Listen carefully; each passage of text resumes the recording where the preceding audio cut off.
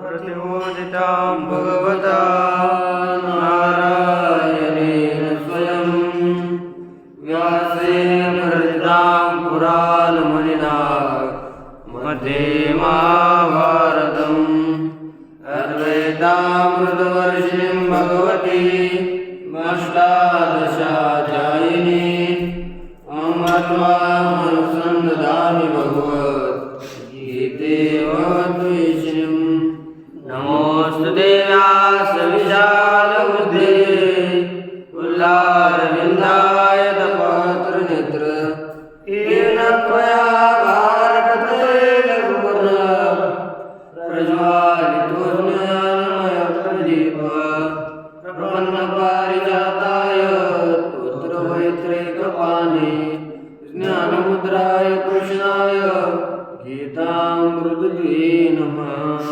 ॐ श्रीविभूषितकराय नवनीतदाभार पीताम्बराधरबिम्बफलाधरोष्ठात् पूर्णेन्दुसुन्दरमुखादरविन्दनेत्रात् कृष्णात् परं किमपि तत्त्वमहं न जाने।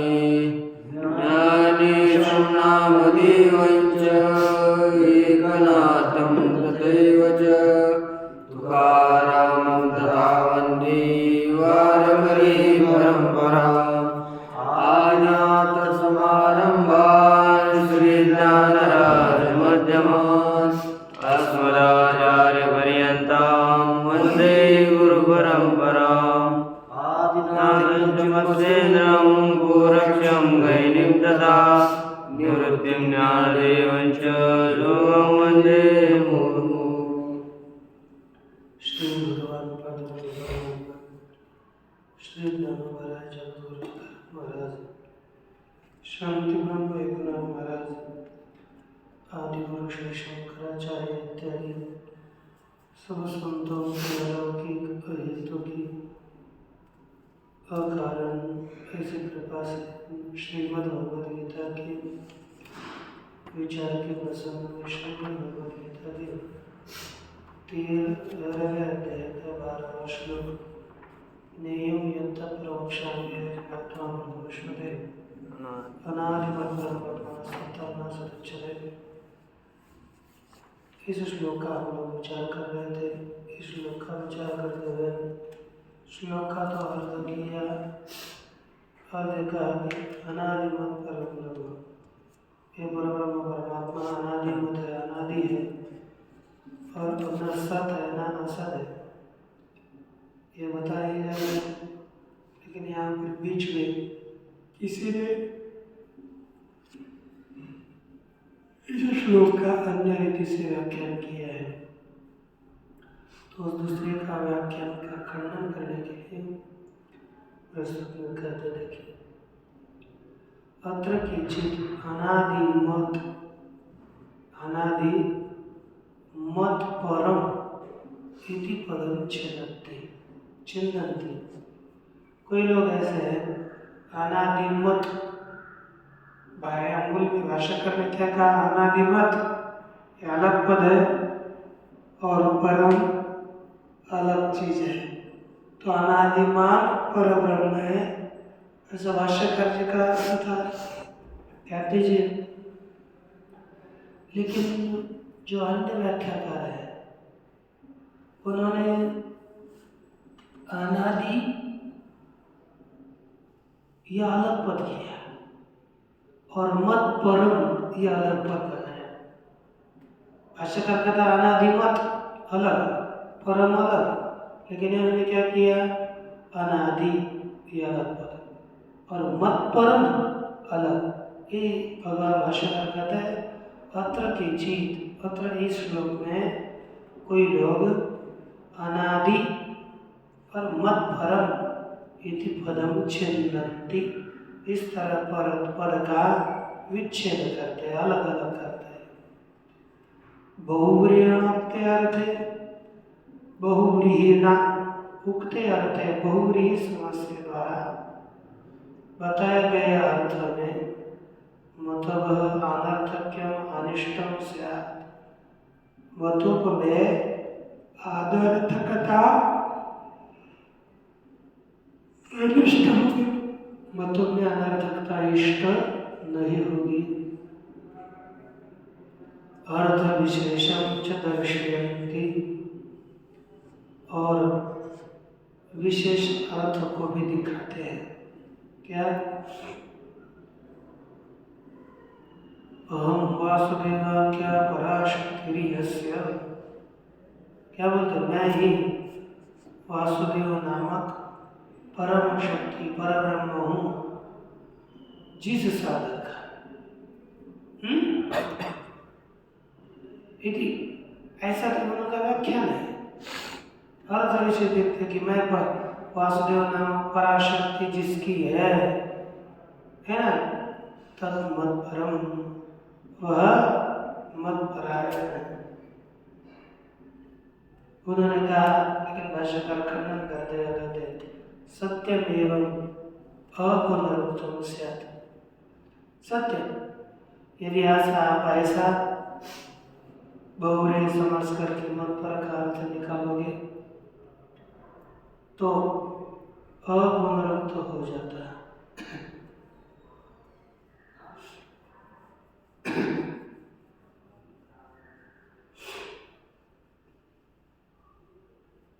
देखो इन्होंने बताया बहुरे के द्वारा बताया गया अर्थ का मतुप में अनर्थ हो जाता है, यानी अनादि पद है ना, उनका क्या पता था?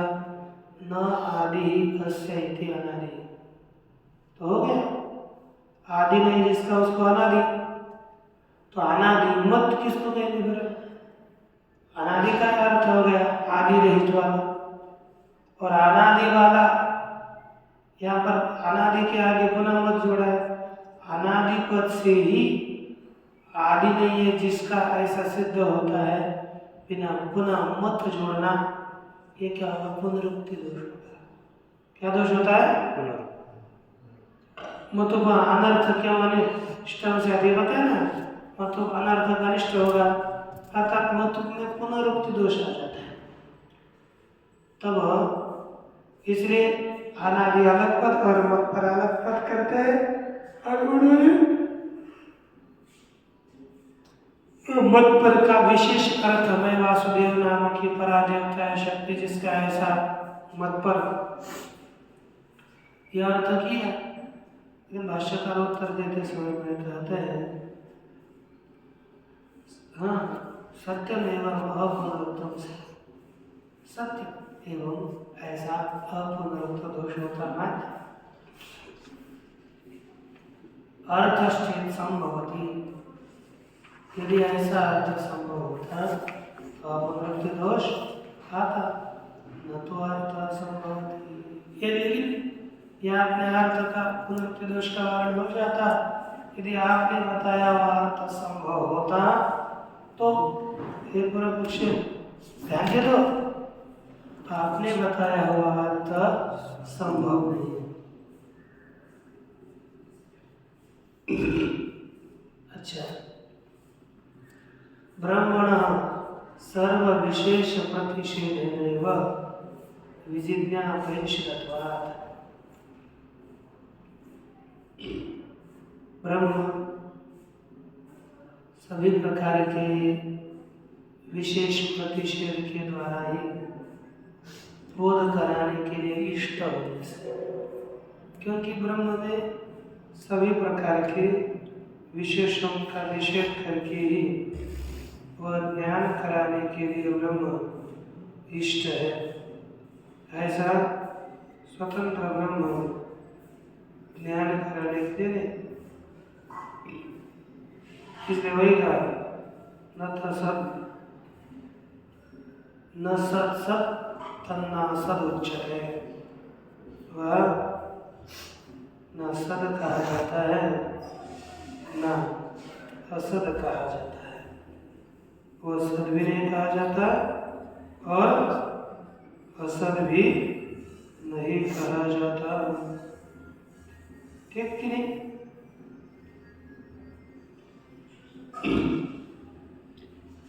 विशिष्ट शक्ति मत्व प्रदर्शन विशेष प्रतिषेधस्य प्रतिषेध। देखो यहाँ पर क्या बताया, विशिष्ट शक्तिमत्व प्रदर्शन। ब्रह्म ने विशिष्ट शक्तिमत्ता का प्रदर्शन किया, ये विशिष्ट शक्ति वाला है ये बताया। और बाद में विशिष्ट शक्ति विशेष का निषेध करना है, परस्पर विरुद्ध है। इसलिए तस्मात् मतों को बहुव्रीहिणा समानार्थक भी प्रयोग श्लोक पूर्णार्थ। इसलिए मतों बहुव्रीहिणा समानार्थक अर्थात मतों प्रत्यय करना मत और ना अनादि, मत का भी अर्थ है वाला, और बहुव्रीहि समास में करेंगे तो उसका अर्थ क्या निकलता है, वाला। तो मतों का बहुव्रीहि के साथ समान अर्थ होने पर भी जो मतु दिया है, किस लिए दिया, भगवान वैसे करने का श्लोक पूर्ण अर्थ है, बस श्लोक पूर्ण हो जाए। कभी कभी कुछ पद होते हैं देने पड़ते हैं, उसका अर्थ श्लोक में न हो तो भी चलता है, लेकिन उस श्लोक की पूर्ति नहीं हो पाती, इसलिए खराब देना पड़ता है। एक अक्षर में संधि नहीं होती, वहां संधि करनी पड़ती है। जैसे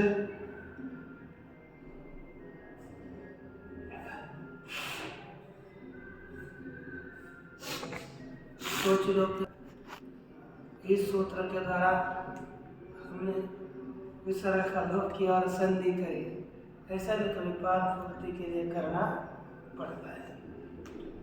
इसलिए यहाँ पर मत केवल पाद पूर्ति के लिए दिया है, उसका वहाँ पर कोई भी अन्य अर्थ नहीं है। एक इसका ज्ञान का फल क्या है, अमृत फलम नेयमया उच्यते इति प्ररोचनाभिमुखीकृत्य। अमृत फलम, अमृत फल वाला ज्ञेय, किस ज्ञान को जानेंगे तो क्या हो गया, हमें अमृतत्व रूपी फल की प्राप्ति होगी। अमृत फल वाला ज्ञेयम मया उच्यते, ज्ञेय तत्व मेरे द्वारा कहा जाता है। यदि प्ररोचनेन अभिमुखीकृत्य, इस प्रकार रुचि उत्पादन के द्वारा अभिमुख करके, कैसा करके, अभिमुख करके, न सत्तस्नेयम उच्यते इति, वह ज्ञेय सत न उच्यते, उस ज्ञेय को सत नहीं कहा जाता। नापि तो असत उच्यते, और उस ज्ञेय को असत भी नहीं कहा जाता। अभिमुख करके फिर ज्ञेय क्या कहा जाता है बताओ, कहते न सद उच्यते न असत उच्यते, इन शब्दों का प्रयोग किया। उसको अभिमुख करके बताया, न सत कहा जाता है न असत। तो अब इसके ऊपर शंका पूर्वक समाधान कर देना। महता परिकर बंधन कंठरवेन उद्घुष्य,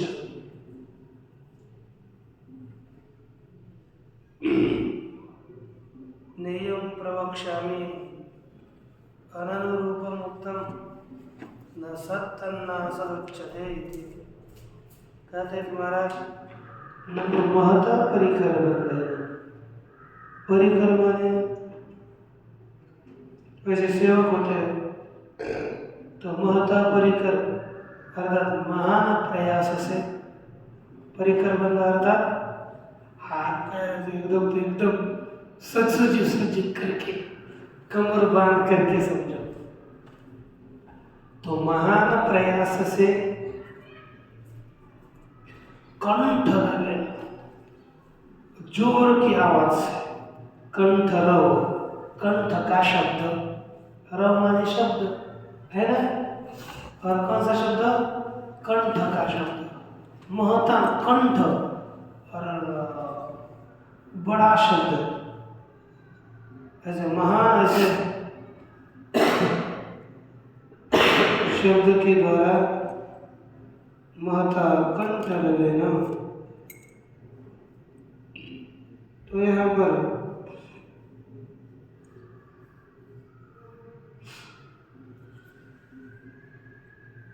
उद्घोष,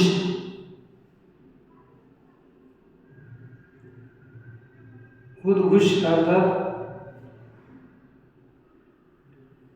उद्घोष माने उद्घोष करके, नियम प्रवक्ष्यामि थे आनंदमुक्तम, क्या होता है, नियम प्रवक्ष्यामि, न्याय को बताऊंगा, ऐसा क्या था, आनंद रूप बताया, ठीक नहीं किया भगवान ने आज बोल करके, नियम प्रवक्ष्यामि इति आनंद रूप बताया, न तब पहले कहा कि मैं नियम को बताऊंगा, बड़ी प्रतिज्ञा करी, और बाद में उत्तर क्या दिया कि ना वो सत है ना असत है, एक आधी चीज को मैं आपको सत्य बताऊंगा, वो पदार्थ, उस पदार्थ का स्वरूप बताऊंगा, बहुत बढ़िया पदार्थ है, कहा कि वो पदार्थ है या नहीं, हाँ ये बताना कितनी विचित्र होगा, कहा कि मैं नियम को बताऊंगा, प्रतिज्ञा की, और बाद में क्या बताया, वो असत है ना असत है, ये क्या असत है ना असत है, इसको जानने के लिए हमें अपराध देखा, हाँ कुछ तो कुछ हमें अच्छा बताना चाहिए था ना, इसलिए आपको न तत्सत सत नासत उच्यते इति, ये आनंद रूप बताया आपने, ये पूर्व पक्षी की शंका, तब उत्तर देते हैं क्या, अनुरूपम एवं, कैसे बताया हमने, अनुरूप योग्य ही बताया है, सर्वासु उपनिषत्सु नेयम ब्रह्म,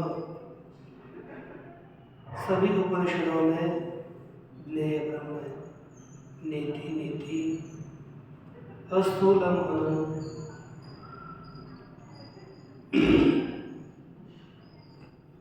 इत्यादि विशेष प्रतिषेधेन निर्दिश्यते, इत्यादि विशेष प्रतिषेध के द्वारा ही उस ब्रह्म का निर्देश किया जाता है, न इदं तत् इति वाचो गोचरत्वात्, न इदं तत्, यह ब्रह्म वह नहीं है, क्यों, वाचः अगोचरत्वात्, ब्रह्मवाणी का अविषय होने से,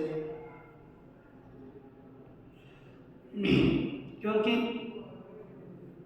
इदं तत् ऐसा निर्देश नहीं किया जाता, एक आगे है, ये निर्देश के आगे कॉमा है ना, उसको निकालो, ऐसा जाएगा ये,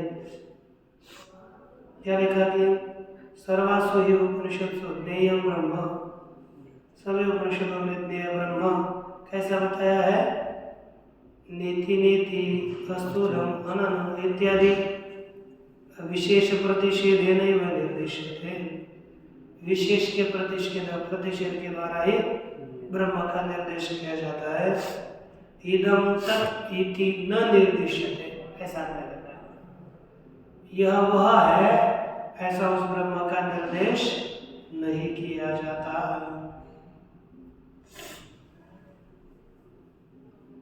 क्यों, क्योंकि वाचः अगोचरत्वात्, वह ब्रह्म वाणी का अविषय होने से,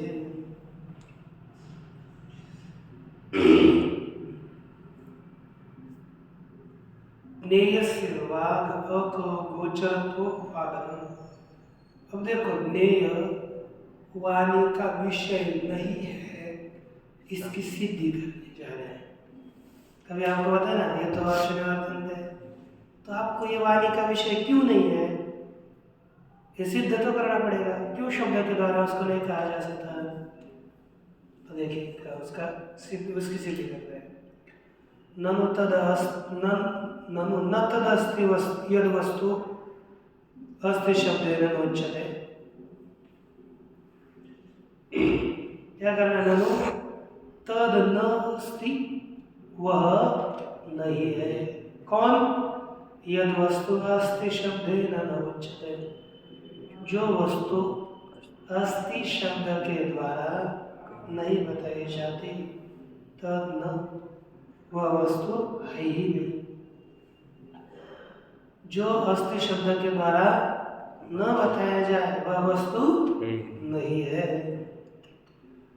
अथ अस्ति शब्देन न उच्यते नास्ति तज्ज्ञेयम्। पूर्व पक्षी का क्या मानना है? अस्ति शब्द के द्वारा न उच्यते, जो नहीं बताए जाते, तज्ज्ञेयम् नास्ति, वह ज्ञेय नहीं होता।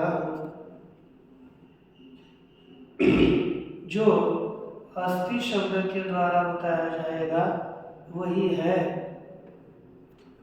जिसे अस्ति शब्द के द्वारा हम नहीं कहेंगे वह वस्तु नहीं है।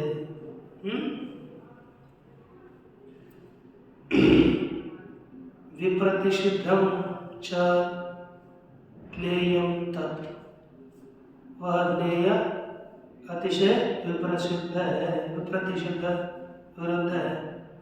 अस्ति शब्देन न उच्यते इति च, जो अस्ति शब्द के द्वारा नहीं बताया जाता इत्यादि, यह अतिशय कैसा है? विरुद्ध है। न तावत नास्ति, देखो क्या है ना, ज्ञेयं तत् ये बोलना, और वह अस्ति शब्द के द्वारा नहीं बताया जाता, ऐसा बोलना विरुद्ध है कि नहीं? कहा हमने रोहित को रोहित जानने योग्य है। रोहित मानो आदमी जानने योग्य है, अच्छा है कि खराब है। और बाद में कहा रोहित को है इस शब्द से नहीं कहा जाता, अर्थात वो है ही नहीं है, फिर उसका अभाव है, मर गया कहा।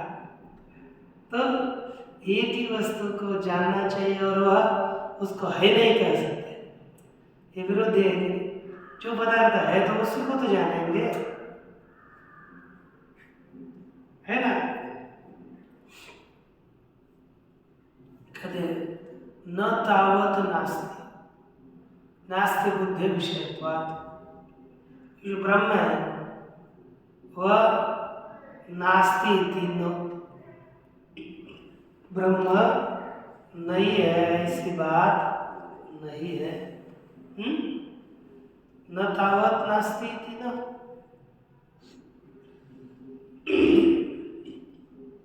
ब्रह्म नहीं है ऐसी बात नहीं है। क्यों? नास्ति बुद्ध्या विषयत्वात्, नास्ति बुद्धि का वह विषय न होने से।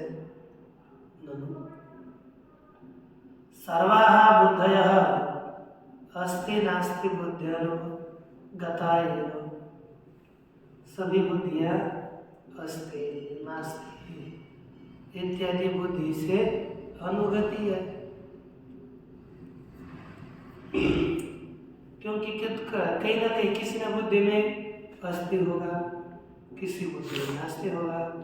यदि घट पदार्थ आगे है तो उस समय होगा घटो अस्ति, घट पदार्थ नहीं है तो घटो नास्ति।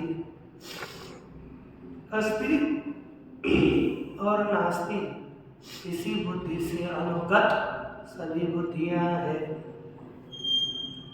तत्र एवं सति ज्ञेयम् अपि अस्ति बुद्ध्यनुगत प्रत्यय विषयं वा स्यात्। तत्र एवं सति, वहाँ एवं सति ऐसा होने पर, ज्ञेयम् अपि ज्ञेय माने विषय भी, अस्ति बुद्ध्यनुगत प्रत्यय विषयं वा स्यात्, अस्ति इस बुद्धि से अनुगत ज्ञान का विषय होता। क्या होता? ज्ञान का विषय हो जाता।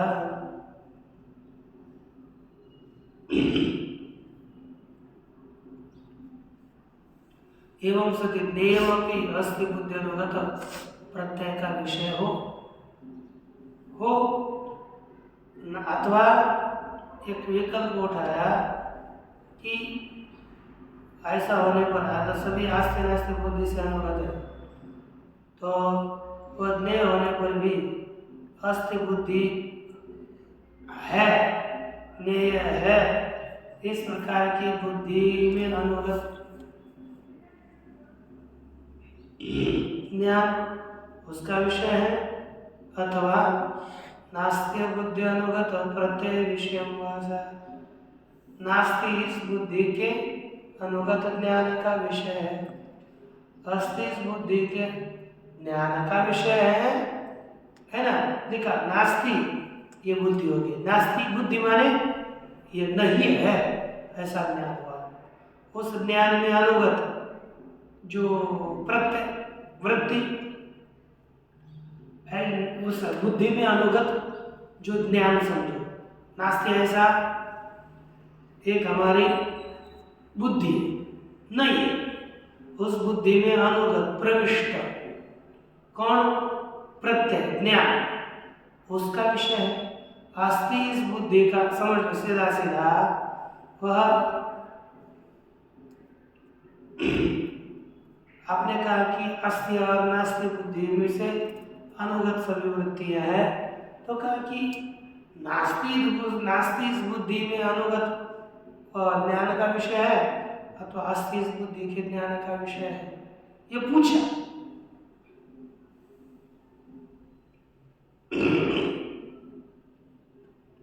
तो कहते कि न, यह कहना ठीक नहीं है। क्यों? अतीन्द्रियत्वेन उभय बुद्धि अनुगत प्रत्यय विषयत्व।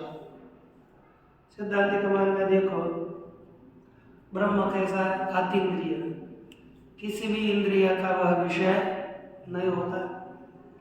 ब्रह्म अतीन्द्रिय होने के कारण उभय बुद्धि अनुगत, दोनों बुद्धि नास्ति और अस्ति, इस प्रकार के दोनों बुद्धियों में अनुगत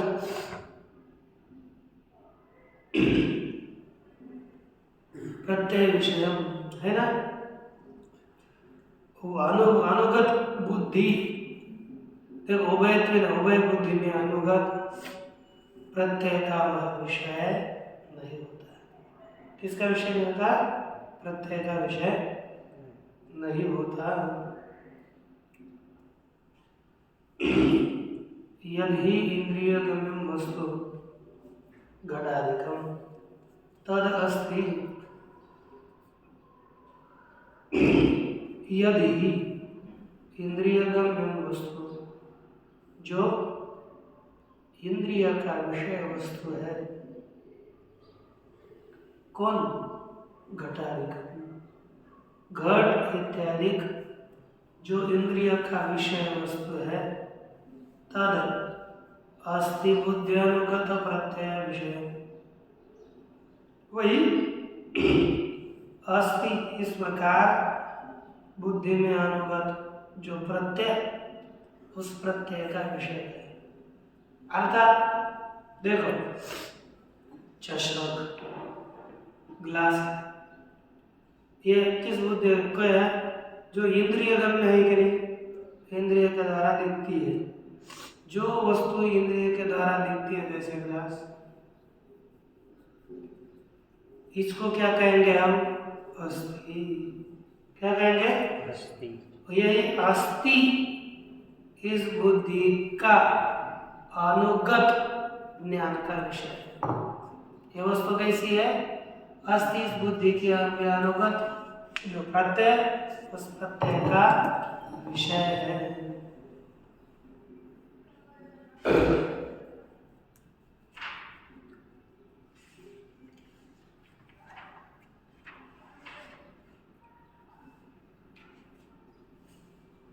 नास्ति ये बुद्धि अनुगत प्रत्यय विषय से।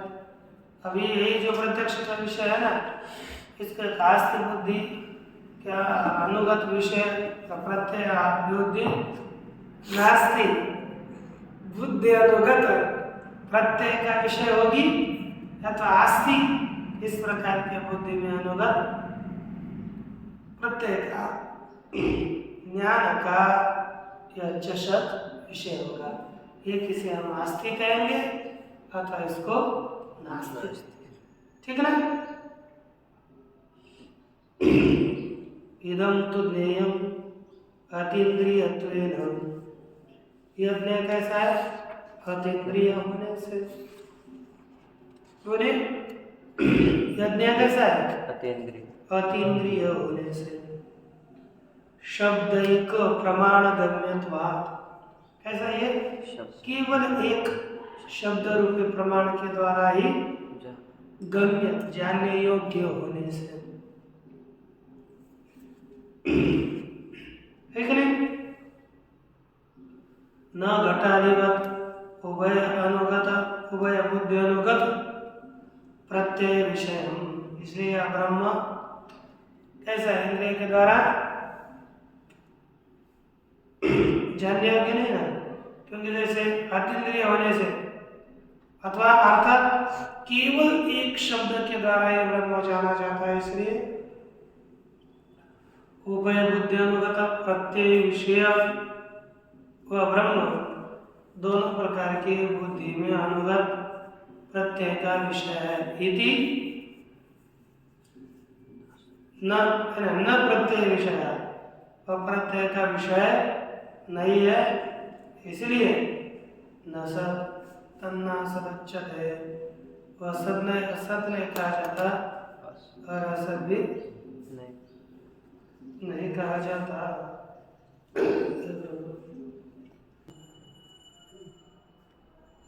पहले ये कहा था कि पूर्व पक्ष ने एक शंका करी थी। उसने नेयम यत् प्रवक्ष्यामि यज्ञात्मृतमश्नुते अनादिवत् परम ब्रह्म न सत्तन्ना सदुच्यते, इस श्लोक में एक विरोध की शंका बताई थी। उसने कहा था कि भगवान ने ये विरुद्ध बताया है, ठीक नहीं बताया। क्या कहा कि ज्ञेयम प्रवक्ष्यामि, पहले का प्रतिज्ञा करी कि मैं ज्ञेय को बताऊंगा और बताने का समय आ गया तब कहते न सत ना सदुच्यते, उसको सद भी नहीं कहते और असत भी नहीं कहते। ये क्या मानना होता है? बताए कि मैं गाय को आपको दिखाऊंगा बताऊंगा, और कहते हैं गाय को सद भी नहीं कहते और असत भी नहीं कहते। ये बताने का कोई तरीका होता है क्या? तो देख, यदि यह गाय है, ये ऐसा हाथ पकड़ कर उसको सींग पकड़ को बताते हैं यह गाय है, और आप क्या कह रहे हैं? नेम को बताऊंगा और बाद में कहते हैं न उसे सत कहते हैं न असत कहते हैं। फिर हम क्या समझे? ये विरुद्ध बताया कि नहीं आपने? ये पूर्व पक्ष कहता है कि पूर्व पक्ष ने शंका कर दी, विरुद्ध कहा। तो सिद्धांति बोलते हैं उसको, अरे तूने जो कहा था कि विरुद्धम उच्यते नेयम तत् न सत तन्ना सद उच्यते इति, वह नेय है और वह न सत कहा जाता है और न असत कहा जाता है। इस तरह से तूने जो कहा था कि वो विरुद्ध बताया है, न विरुद्धम, वह विरुद्ध नहीं। जो तूने शंका करी थी विरुद्ध है, भाषा करने का कहा वह विरुद्ध नहीं है। क्यों?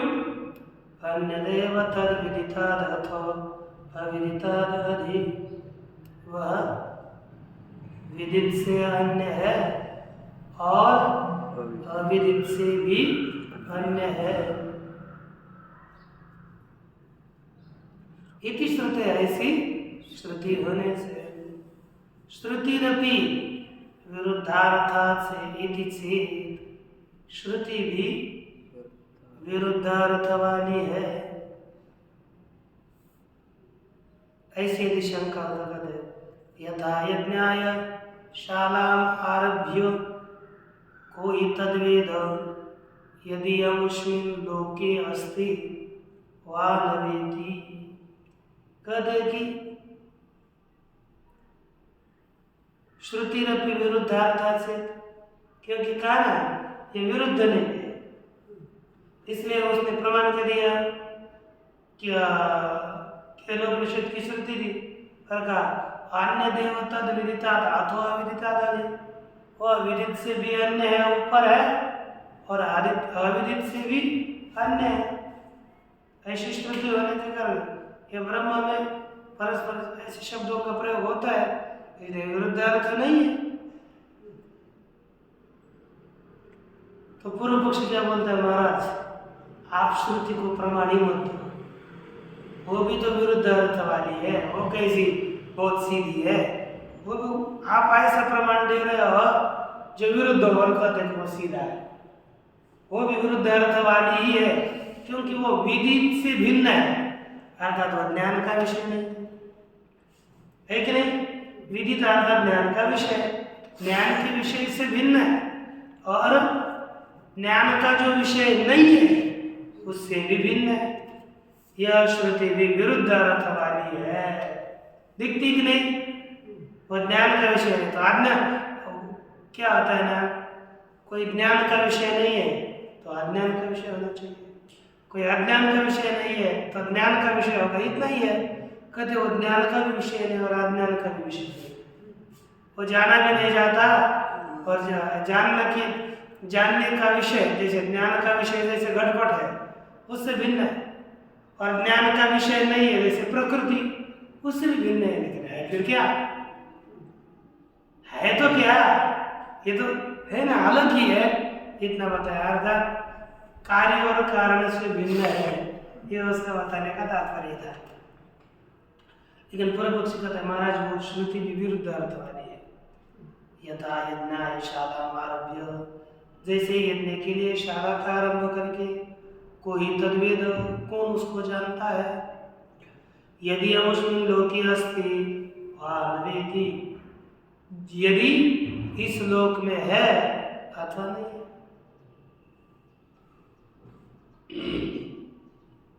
इति एवं से है ना, यह सभी विरुद्ध है यज्ञ के लिए, यदि अथवा है अथवा नहीं है, कौन उसको जानता है।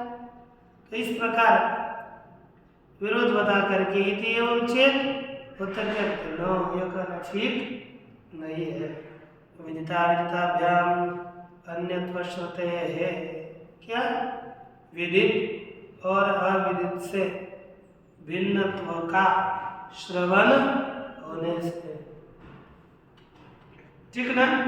विदित और अविदित से किसका श्रवण होने से, भिन्नत्व का, भेद का श्रवण होने से।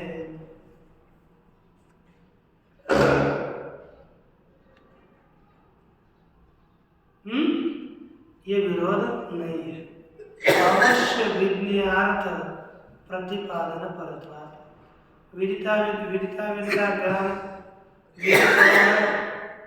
अविदित से, विदित माने ज्ञान का विषय, अविदित माने ज्ञान का जो विषय नहीं है, उन दोनों से यह ब्रह्म तत्व भिन्न है। इसका क्या तात्पर्य है, किसके लिए, कौन सा अर्थ बताने के लिए श्रुति है। कहते यह श्रुति अवश्य विज्ञेय, कौन सा विज्ञेय,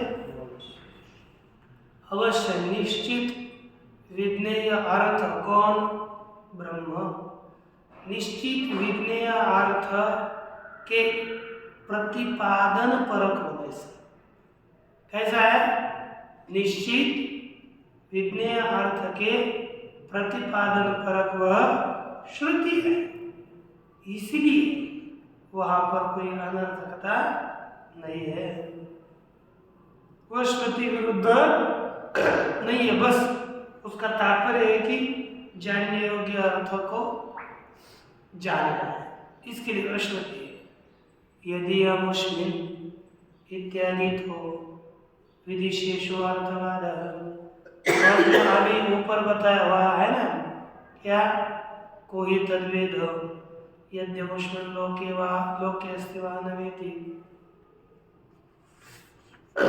यद्यमुष्मिन् इत्यादि श्रुति में जो विशेष बताया वह अर्थवाद वाक्य है।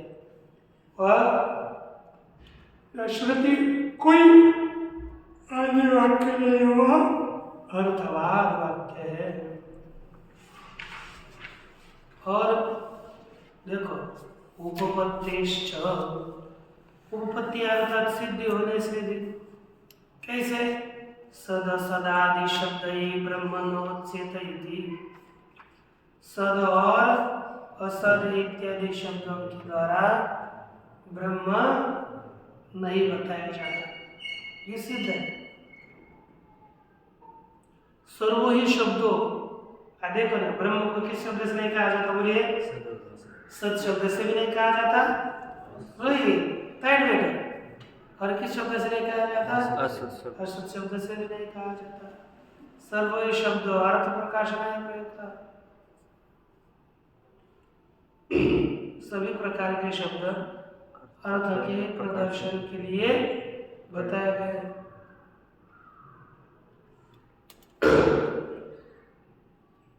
श्रूयमाणश्च श्रोत्र भी, और श्रोताओं के द्वारा सुना जाने वाला क्रिय,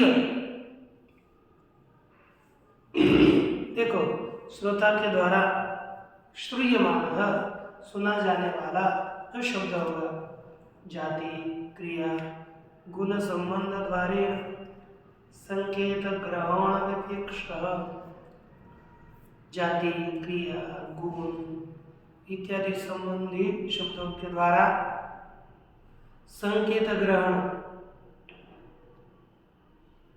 सव्यपेक्षा, संकेत ग्रहण के एक अपेक्षा, संकेत ग्रहण सव्य,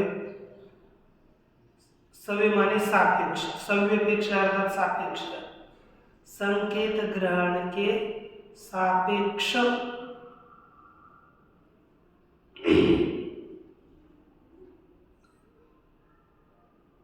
अर्थ, वह शब्द सुना जाने वाला, संकेत ग्रहण की अपेक्षा करने वाला वह शब्द अर्थम प्रत्यायति, अर्थ का बोध कराता है। नान्यथा अदृष्टत्वात्, यह ऐसी बात नहीं है क्योंकि अदृष्टत्वात्, यह न देखे जाने से।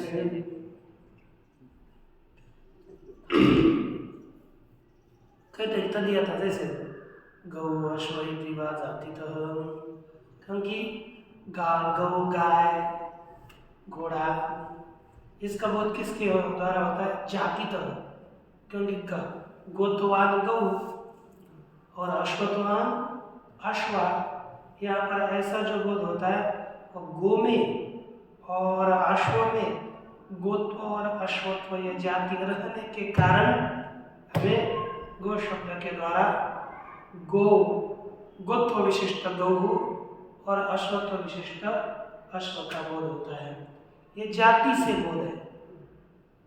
दूसरा वो पढ़ता है, पचती है ना, पचती माने पकाता है, पचती अर्थात पढ़ता है, ये बोध हो रहा है किसी व्यक्ति का, पचती पचाता है इसलिए वो पाक करने वाला है ना, तो ये पचती पठती इत्यादि बोध जो हो रहा है वो क्रिया से हो रहा है। जाति क्रिया संबंध क्या आगे बताएंगे, लेकिन गुण शुक्ल कृष्ण इति वा गुणतः, काला सफेद, ये गुण के अनुसार बोध होता है। धनी गोमान इति वा संबंध, देखो धन का संबंध जिस व्यक्ति के साथ है उसको क्या कहते हैं, धनी, है ना, तो ये संबंध के अनुसार यह इसका ज्ञान होता है। न तो ब्रह्म जाति मत ब्रह्म जाति वाला नहीं है, इसलिए सद इत्यादि शब्द का वाच्य नहीं है। ठीक ना? दूसरा नाभि गुणवत, ब्रह्म गुण वाला नहीं है, जिसके कारण गुण शब्द के द्वारा ब्रह्म का निरूपण हो जाए। क्यों? ब्रह्म निर्गुण है। नाभि क्रिया शब्द वाच्यम, ब्रह्म क्रिया शब्द का वाच्य भी नहीं है, क्रिया शब्द का विषय भी नहीं। क्यों नहीं है? उसका कारण निष्क्रियता, ब्रह्म निष्क्रिय है। निष्कलम निष्क्रियम शांतम, ऐसी श्रुति होने से ब्रह्म में किसी प्रकार की क्रिया नहीं होती।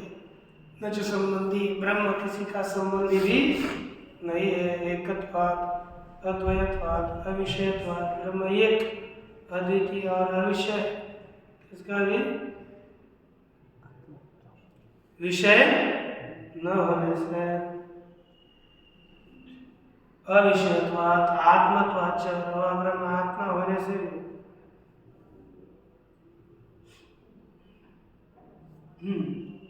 आत्मत्वाद च न केनचित् शब्देन उच्यते इति उक्तम्। इसलिए वह शब्द ब्रह्म किसी भी शब्द के द्वारा नहीं बताया जाता, यही कहा जाता है। इति उक्तम, यह योग्य है। यतो वाचो निवर्तन्ते इत्यादि श्रुति, और यतो वाचो निवर्तन्ते इत्यादि श्रुतियों के द्वारा भी ब्रह्म किसी का विषय नहीं है, यही क्या होता है। और आगे इसके बाद ब्रह्म स्वरूप का ही प्रतिपादन करेंगे आगे के श्लोक से। पूर्णमदः पूर्णमिदं पूर्णात् पूर्णमुदच्यते पूर्णस्य पूर्णमादाय पूर्णमेवावशिष्यते। ओम शांति शांति।